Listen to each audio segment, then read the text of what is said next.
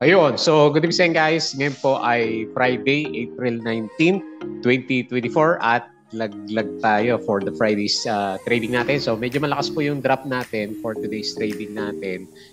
Negative 1.23%. So sabi natin medyo ampaw yung yung bounce natin kahapon. So nagkaroon na naman po kasi ng takutan diyan sa bandang Middle East, Israel versus Iran, di ba? So may mga news na naman na lumabas na parang may missile na naman na pinalipad. Kaya po biglang nag-about face yung yung galaw ng market natin. So makita nyo nung umaga, tuwan-tuwa pa naman ako nung umaga, umakyat yung index natin, nag-up siya ng 0.2, umabot pa nga yata tayo 0.6% kanina.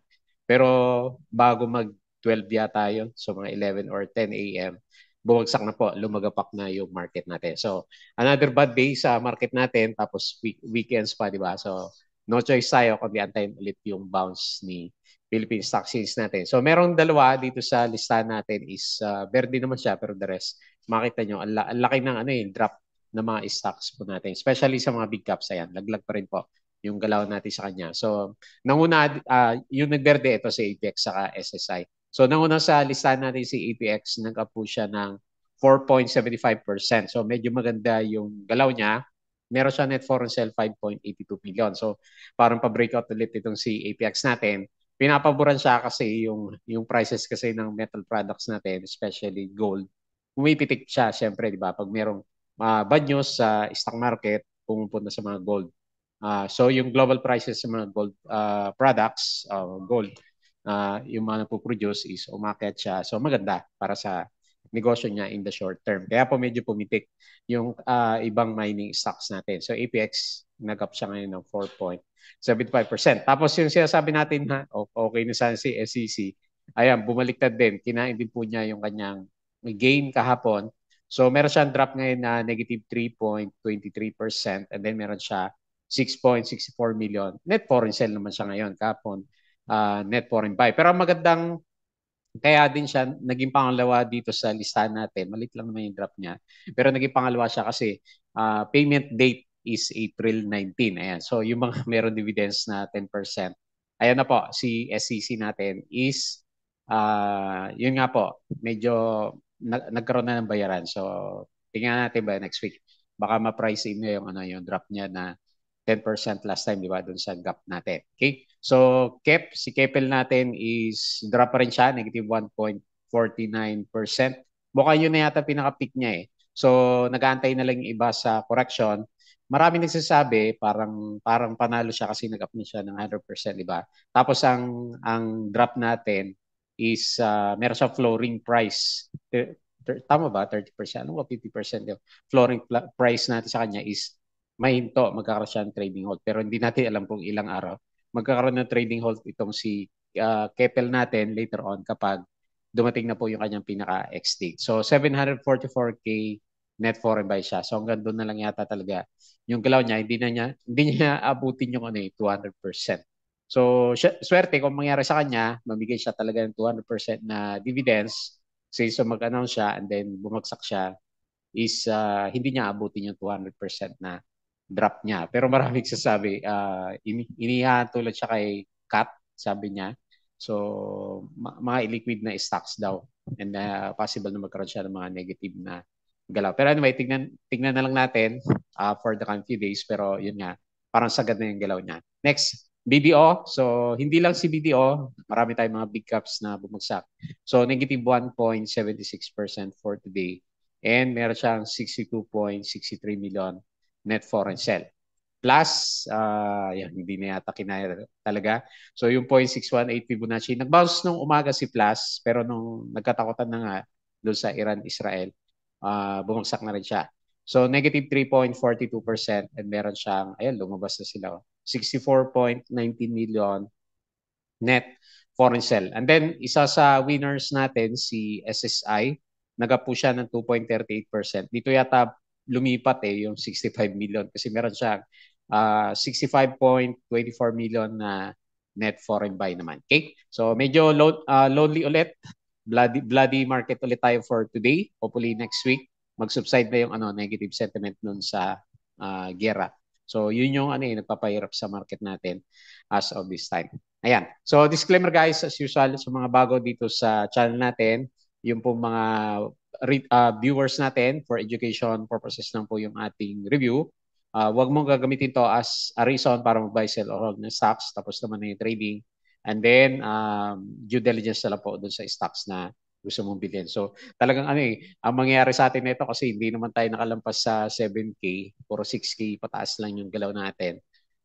Nasa investment mode tayo unless na-trade mo yung mga high flyers natin last time, yung rally natin from November until March. So, mukhang parang ghost month lagi ang April, no? Last year, April, medyo mahina din yung market natin. Tapos, unti-unti, sabi nga natin, umakyat siya from April, May, June, July, and then goes month ulit tayo. Okay? So, follow po ako dito sa ating Palabi Trader na YouTube channel. As usual, subscribe ka lang po dito sa channel natin. Check mo lang po yung ating mga vlogs.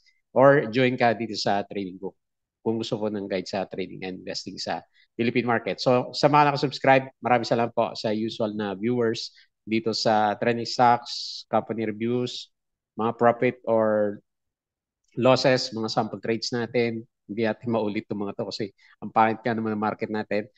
Basic indicators, technical analysis, fundamentals, risk management, plus yung mga basic na PSE stock market studies natin. Tapos sa crypto, follow mo na lang po yung ating Palabi Trader. Crypto ko to.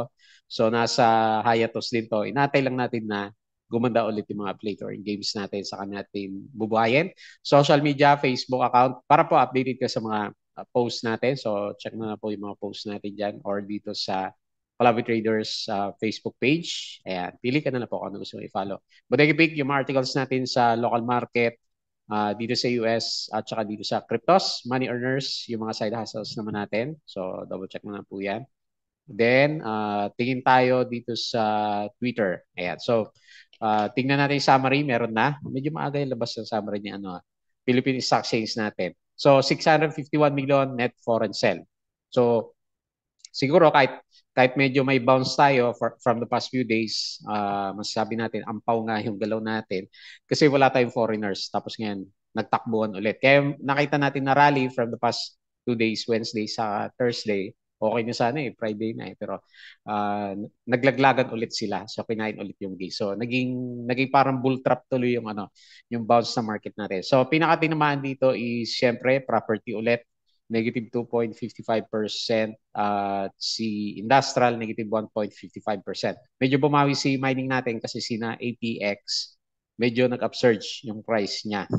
So si nickel kaya saka FNI, hindi ko nakita kung umakyat yung prices. Okay? So yung mga foreign funds, bought, ito yung mga binili ng foreigners natin. BPI, East West, Metrobank, Union Bank, ASEN, Manila Water, ANI, DMC, LPG, CLI, KEP, Globetel, Dito at saka si ICT. And then yung mga pinagbibenta nila, AUB, Banco de Oro, China Bank, PNB Security Bank, APF, Gen, NER, SCC, SCP, CNPF, DNL, MIFB, Jollibee, Monde, URCIMI, ABA, AC, Aboites, AGI, Ali, Eritz, yung mga properties natin. RLC, SMPH, Laglag, at saka si Converge, kinain din niya yung mga previous na advance ng price action niya. East West Banking reports net income of 6.1 billion in 2023, up by 32%. Meron siyang dividends na 0.54 pesos per common share naman. So recap natin, laglag tayo. So mas mababa yata tayo from medyo nag-retest tayo sa low natin. 6,443. So negative 1.23%. So wala tayong gains from the past since start ng April, no? Kasi laglag yung market natin. Tapos ito yung worry ng market natin as of this time. Iranian officials to Reuters, there was no missile attack on Iran. Pero nangyari na naglaglagan na yung mga stocks. Iranian official to Reuters, the explosion heard in Esfahan was a result of the activation of Iran's air defense system. Ayan, so ito na. Pinag-uusapan na. Pure Gold, ang laki naman drop niya. Okay, rather yung earnings pala to. Minus 8% sa annual siguro to. And then sa fourth quarter, minus 30%. So, may na yung fourth quarter ni Pure Gold. Double Dragon, ayan. Subsidiary to create Hotel 101 ni Seco, the first Kasbi rated sustainable hotel in Hokkaido, Japan. Ayan. So Japan naman, after ng yung inantay natin na listing doon sa Nasdaq, di ba? Converge completes installation of free public Wi-Fi in Ninoy Aquino Airport Terminals 1 and 2 with approximate 105 access points activated. So, malalaman ko ba kung Converge to?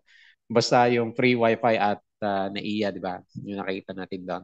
Bloomberry, Razons expects full ramp up of Soler North operations by 2026. So the operations of Soler Resort North in Quezon City may reach full scale by 2026. Ayan, 2 years yung ramp up niya, yung bagong open niya na casino. Tapos, ito din yung isa sa mga nag-trigger bakit tayo biglang bumagsak kanina umaga.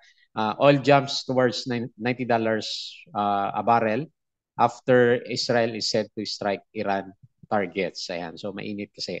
DML subsidiaries to offer plastic upcycling technology make sold Emirates shares at 12.3. Proceeds shall be settled on 22 April 2024 and MEG will submit the required investment plan on use of the proceeds naman. Manila Water, bought stake in Laguna Water Firm. Tapos CNPF, higher sales and margins, lift profits in fourth quarter. Ayan, okay yung earnings ng CNPF. Bulk of Metrobank, MBT, CapEx for IT system. Tapos, ito yung the global crude benchmark rose above $80 a barrel after reversing early drop. So the reversal was due to unverified media reports of explosions in Iran, Syria, and Iraq. Iraq threatens to target Israeli new facilities. And then Middle East on precipice of biggest war. Ayan. So, ang gulo talaga dito sa Middle East, no? Ayan. So, biglang spike yung oil. Bloomberry 1 billion casino resort in Quezon City expected to fully ramp 2 years. Ayan. So, yun yung sinabi natin. Kanina, Rockwell Land managed to exceed its pre-pandemic level with 31% increase in its net income to 3.4 billion last year. Tapos, share buyback tayo, Robinsons, Ali, and Costco. Mega World to use 500 million proceeds from InREIT block sale to fund new projects. Ayan. So, ibabalik din niya kay InREIT, sabi naman niya. Ultra-bilyonaryo Ricky Razon's Prime Energy, operator of Malampaya, reported gas supply peak at 290 meters metric ton standard cubic feet per day on Monday, exceeding the current maximum capacity. So sabi niya magbo-boost siya ng output. Pero ewan natin, di ba kasi yung Malampaya is may may end life na to eh. Manila Water, Ventures acquire 70% stake in Equi Pacific Hold Company for 1.5 billion peso. Bloomberry Resorts expect Soler North. Yan yung kanina. ASEN. Ano ba to? Laglag din to kanina, di ba? Okay. Kahapon kasi malakas yung yung uptick niya. Ayan, mga news to kahapon na galawan natin. So Balay, acquire Sugar House, make sales small block of Emirates. Tapos Alter led all stock babies on the day after it announced signing. Pero kapon na galawan. ICT, US market, medyo mixed siya eh. Okay, so Nasdaq negative 0.5, 0.06 positive sa Dow, and then S&P is negative 0.22%.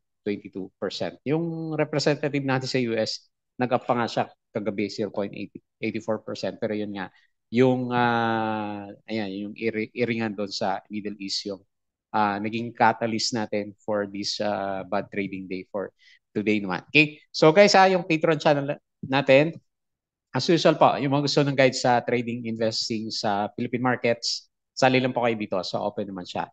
So kung gusto mong malaman kung ano yung ginagawa during this time na medyo may na, sali ka lang po dito sa trading group natin. Okay? So open po yan.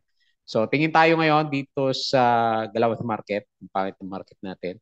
Mukhang nangangailangan ng double bottom si PSE dito sa oversold condition natin. So especially kung over the weekends, ayan, over the weekends na naman. So pabagsak pa rin na. So hindi pa rin maganda yung pinapakita niya. Parang may recovery siya dito, pero parang pakiramdam lang natin, magdo-double bottom tayo. Hindi pa siguro ito yung bottom niya eh. Medyo nag-uptick siya kanina. Nag-bounce naman ng konti after ng malakas na drop. And then nag-close na nga ng negative 1.23%. Pero yun nga, hindi ko rin masummarize na yan na ba yan yung bottom kasi ayan palabas pa rin po sila 651.52 million. So baka hindi pa. So 6396 pala yung pinaka-bottom natin last time or 6,400. Kailan natin wala pa yung Dow G, no? Ito okay sana. Bullish engulfing candle pero wala namang volume. So any bad news, madaling pabagsakin yung mga stocks natin. Okay? So based sa galawan lang so nakikita natin is baka may double checking tayo dito sa oversold condition ng market. So very bad. Ayan, so tinamaan yung mga properties natin. Si Ali, nag-drop siya ng negative 3.4%, SMPH minus 2.67, kinain din nila yung mga gains. Jollibee minus 2.13, ASEN, ayan, hindi man ganun kalaki yung drop. Negative 1.47. Pero sa Converge, GGS pala, ayan, 5.88% drop, laki. And then Aboitiz, negative 2.5, Monde minus 3.29, ayan si Converge, minus 5.83%. Kawawa naman yung mga alaga natin. SCC minus 3.23% and CNPF is minus 2.7. So AP minus 2.78. Ang berde lang dito sa big caps, Metrobank 0.15, SM 0.9, AGI 0.1. Ang late niya. So wala Wala tayong EMI. Nakabawi na yata si Emperador. Ayun nakabawi na si Emperador, 1.61%. Pero the rest is mapula. Okay? So tingin tayo dito sa winners. Sino ba ang winners? Axilom. May volume ba to? 7.58%. Apex, ito yung panalo. Pa-breakout ulit si Apex natin. 4.75%. Nakalimutan na yung di ba? Yung nangyari stoppage sa production niya last time, yung landslide. Philippine Airlines, PNX yan. Philippine Airlines, ayan. So maganda yung galaw ni Philippine Airlines, no? Kahit medyo basag-basag. 4%. ANI, 3%. Saan kaya si Green? Gumalaw kaya. SSI, 2.38 nga siya. Breakout si SSI. GMA. So si GMA, wala pa yung ex-date niya pero lumaglag na yung price action niya. FCG, 1.59 pero nasa baba din pala. Merrimart, 1.2. CHP, 0.93. Okay? So sa winners natin, losers rather, si Mrs. G. Ano ba nangyari dito? Ex-date. So ito yung may 10% na dividends. Yeah, ex-date naman siya. So kinain din niya. ABS-CBN, ABG pala yan. ABSP is Asia Best Group. Hindi pala, yan. ABS-CBN Holdings is pa-drop, sabi natin, laki 10% ABSP. GMAP, ganun din. Yung holdings niya, Ayan, bagal ng net. Minus 10%. So, DMC. Ex-date ni DMC, di ba? Ayan, ex-date niya. So, ang problema lang kasi natin, kung nung na-announce kasi yung dividends dito, di ba? So, kinain pa niya and then additional na drop pa. So, naging trap tuloy yung mga dividends natin dahil sa negative news ng market. Converge, ayan. So, ito yung kanina. Nag-drop din siya. Aslag, minus 4.7. Grabe yung downtrend ng market. Sino pa? Ionix drop ulit 3.9. Robinson minus 3.8. Green minus 3.7. Plus minus 3.42. And then the rest daw pa rin mapula. So halos nga lahat ng stocks yata natin laglag for today. Yan. Investor mode tayo ngayon sa market natin. Hirap mag-trade ngayon. Grabe yung laglag ng mga stocks natin. So based dito punta pa tayo sa global markets. So kagabi, mix tayo, no? Futures na pala to. Kagabi is konti lang yung nagberde, si Dow Jones lang, the rest is mapula. So ngayon, medyo maaga po kasi itong review natin So Dow Futures is mapula, pinapakita. So ito na yan, reflection na yan ng Nasdaq, Israel, Iran. So Nasdaq Futures minus 0.3, Dow Futures minus 0.1, and then S&P is minus 0.17. So dito okay naman European markets pero parang holiday, no? Wala siyang galaw. Tapos dito sa Asian markets, okay naman pala dito sa bandang Asia Yung market lang natin nag-overreact yata doon sa Iran-Israel na noise ng market. Tama ba to? Minus 49%. Parang may mali sa mga numbers natin refresh natin siya. So habang nagre-refresh yan, punta tayo dito sa crypto. Ayun, umakyat pa nga si, umakyat pa si Bitcoin. 5%, laki oh. So Bitcoin 64K, Ethereum 3.1, and then BNB is 559. Maganda siya dito oh. Ang dami nag-bounce dito sa crypto. So Dodge, Shiba, Avax, Nier. Ayun, halos verde lahat dito eh. Balik tayo dito sa Asian markets. Ayan, nag-reflect na. Ito pala. Medyo delayed pala yung kanina umaga pala yon. So kailangan i-refresh mo siya. So dito sa European markets ayan. So nag-drop na. Tapos yung futures natin is malakas yung drop. Negative 0.5 sa Nasdaq, Dow Futures, negative 0.2, S&P negative 0.3. Okay, so laglag. And then, dito sa bandang Asia, ayan, so ito, tinamaan si Japan, minus 2.6, China, minus 1%, Taiwan, minus 3.8%. So, mix siya ng konti, pero mas marami po yung laglag for today. Ayan. So, pares lang tayo sa galaw po ng global markets natin. Okay? So, quick review na lang po tayo dito sa mga nakakantok mag-trade pag ganito eh. Yung mga laglagan na stocks yung mga nababasa natin. Next, yung ating trending. So APX yung pinaka-winner. Binomba siya kanina. Lalo na may upcoming siyang, ilan ba to? 0.9 saka 1.9, 2.8% na dividends. So nag-up siya 4.75%. Congrats yung mga pumunta dito kay APX natin. May konti siya net for sale, 5.82 million. Pero based dito sa galaw niya kasi ang basis naman natin sa magandang RSI MACD at saka price action ni APX is sabi ko nga kanina yung global market natin ng price ng mga gold products gold yan so metals akyat siya dahil doon sa syempre gera di ba so yung mga risk assets natin like stocks na investor traders pupunta sa mga safe assets gaya ng gold for today's time. Okay? So, breakout tayo. Kanina, nag-breakout siya dito sa tres. And breakout na rin siya dito sa long time na resistance. Abot yata ito sa 3.2. So, pero yung base sa galaw niya, di ba? So, may malaking, kung tatanggalin ko, meron siyang malaking trading channel dito. O, ibaba ko siya ng konti. Ayan. So, meron siya. Ilang beses na rin pala siya nag-swing. 1, 2, 3, 4, di ba? So, ang isang swing ni EPX, ganda pala i-trade nito, no? 20%. So, ayan. Congrats sa mga 1, 2, 3, 4, pang-apat na, di ba? So, halos sa 80% na rin yan. Kung na-timingan natin to sa mga bottom areas naman natin. Okay? So, papunta siya doon sa weight natin kanina, which is 3.2. So, ito ang support tres, ang pinaka-support and then pinaka-trend natin is ito, tinitignan natin sa kanya. Pero on the way siya dito sa 3.2.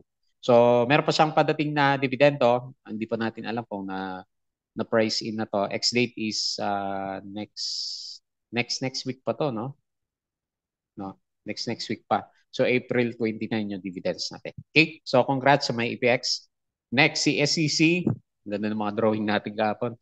Pero nauntog din siya. So, umalis din kasi yung yung investor natin sa kanya, malit lang naman, 6.64. Kasi kahapon, net foreign buy siya, mga 26 million yata yan. So, pero nag-resist siya, ayan, MA100 yung pinaka-resistance. So, baka mag-double check din siya dito. Although malayo pa naman, pero sa pinapakita swing na market natin is kailangan niya ng double bottom. So, kung kagaya ni EPX ang tingin natin sa kanya, ito yung pinaka-range naman. Tanggalin ko muna to. Ito yung range niya, di ba? So, ang isang cycle natin sa kanya is 20% din, mahigit. Ayan. Pero temporarily, for the short term, MA100 muna yung pinaka-resistance ni SCC naman natin. Medyo, wala pa nga siya dito sa RSI 50. Nauntog na yung price action naman. Okay? So, bad move. Kasama siya sa negative sentiment ng blue chips. Tapos, yan, payment date yun na po pala. Yung mga meron dividends is April 19. Ayan, so okay na, goods na, may dividends na, di ba? So which is break-even lang as of this time. Kung market siya later on in the future is, yan, kikita yung mga dividend holders natin. Okay? Next, si Keppel. So, yan na yata pinaka-max natin. So, ito na. 17.28. So, 15.86. Mag-hold kaya siya dito. Parang mag-hold naman siya dito sa ano, dito sa area na to. Kasi ito, 100% pa lang siya dito sa ano, 15.82. So, very, very critical. Hindi siya mag-breakdown. Which is, ano sa tingin mo? Tingin ko sa kanya mag-hold naman, 15.82. So, ang tanong na lang, later on, kailan ba ang ano nito? April, next week, rather, mali pa yata, nabasa ko kanina. X date is April 26, which is by next week, no? Friday next week. So, doon natin makikita yung mga price adjustment. Ano ba mauna? Nakalimutan ko na. Ano ba mauna sa kanya? Yung meron ba tong flooring? Kasi dividends to eh. So ang mangyayari sa kanya, magkakaroon siya ng price adjustment. Yun naman yung tingin ko sa kanya. Ma-adjust siya kaagad. Kasi malaki eh, 200% eh, yung binigay. Parang si CLI, dati, nung namigay siya ng 200% niya, tayo pinamigay niya eh, nag-adjust siya ng price niya. So baka yun yung epekto nitong si Keppel natin. So abangan na lang, abangers na lang yun sa mga malakas ng loob na bumili sa kanya. Bibilin mo ba siya? Kasi kung titignan mo yung kanyang price action is bakit kaya penny-penny stocks yung galawan dito? Wala bang kita to? Bakit dito sa annual revenue niya, ang net income niya is positive 506%. Pero yung nakikita natin na earnings niya, first quarter, ayan negative 32%, negative 100, negative 100. Then suddenly, ang annual earnings niya is 506%. Ayan. So anyway, pero kung titignan mo yung price action ni Keppel natin, ano siya penny stock category yung galawan niya eh. So, ayan. So nasa mga bumili na yung risk na meron dito sa kay Kep natin. Ayan. So, ako din medyo nag-speculate din ako parang hindi worth it yung malaking dividends niya. Pero malaki yan 200% kasi. So babayaran niya ba kaagad yan? Ayan. Yan yung mga tanong na nababasa ko sa kanya. Okay? So next, 1.49%. So hindi na siya masyadong gumagalaw. Yan na siguro yan. Next, BDO. So representative ng big caps natin. Pa-drop, syempre. Yung price action niya is nag-peak na rin siguro siya. No? uh, at 157. So on the way tayo sa retest sa support. So maganda makita natin mag-drop siya hanggang dito, mag-bounce para meron siyang trading range na around 10% siguro to. Ayan, 9% na trading range. Hopefully mag-hold siya dito sa area na to. Kasi okay naman yung earnings niya eh. Annual is 28.5 and then first quarter is 12.16%. So okay naman siya. So ano na lang to, global market sentiment. Ayan. So pabagsak So check mo na lang yung mga indicators natin. So negative 1.76% and then minus 62 million. Next, C+, napagod na C+. Hindi na gumagana yung Fibonacci natin. So lalo na meron siya malakas na 64 million net foreign sale and then minus 3.42%. Hindi na gumana yung yung Fibonacci natin sa kanya. Okay, so meron pa siyang isang support bago sa MA100 dito sa 9.35. Bigla naman nagkatakotan yata. Ang ganda ng galaw niya, and then suddenly binunot yung yung support.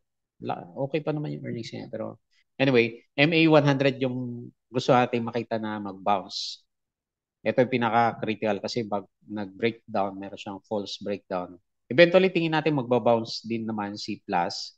Pero wala pa. Hindi pa natin makita yung bottom niya kasi malakas yung sell-off. Sell-off na rin siya kasi malaki na rin yung drop niya eh. Simula dito sa peak is 30% na rin yung drop niya. Okay? So kahit anong punda ng stocks natin, kung natakot talaga yung traders, iiwanan yung stocks natin. And then lastly, si SSI. Ito, nag-breakout din siya, parang si APX. Ayan. All-time high ba? Parang all-time high to.